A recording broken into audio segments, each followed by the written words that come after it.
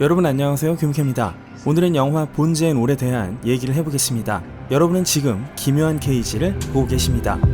Maybe love will set you free.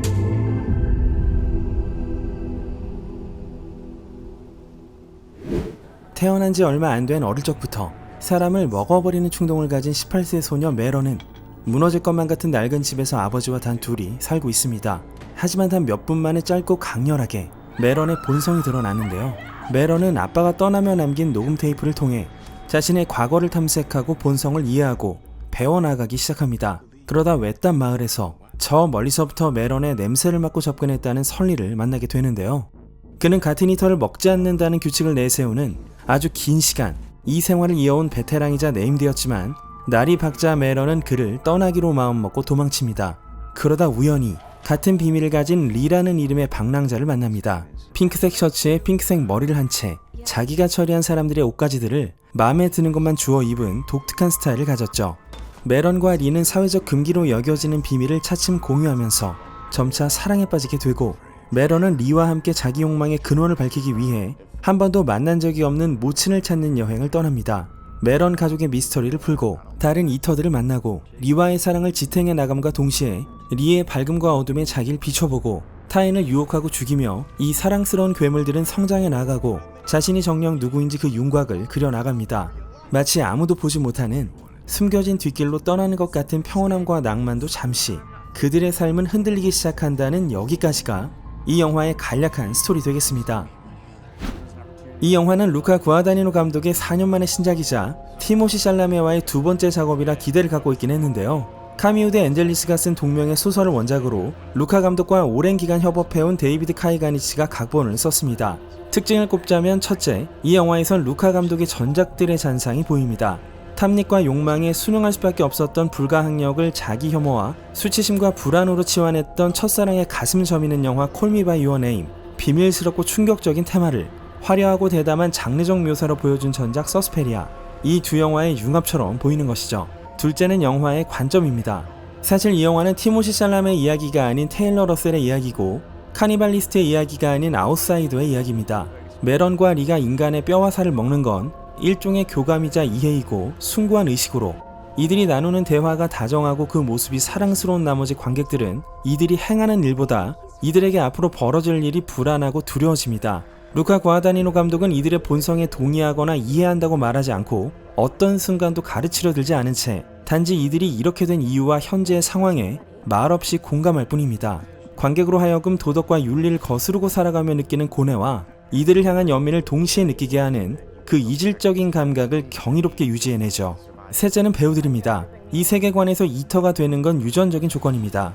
그들은 예리한 후각으로 서로를 찾을 수 있고 메런이 만나게 되는 베테랑 이터인 외톨이 설리는 그 감각이 더욱 뛰어난데요. 소름 끼치고 기괴하지만 동시에 유머러스한 마크 라이런스가 연기한 이 캐릭터는 놀라움으로 가득합니다. 테일러 러셀은 실제로 메런처럼 흑인 아버지와 백인 어머니 사이에서 태어났고 피부색 때문에 늘 정체성을 고민하거나 부모님의 경제적 어려움으로 16번이나 이사를 했다고 하죠. 이렇듯 삶 자체가 메런과 정말 닮아 있었는데요.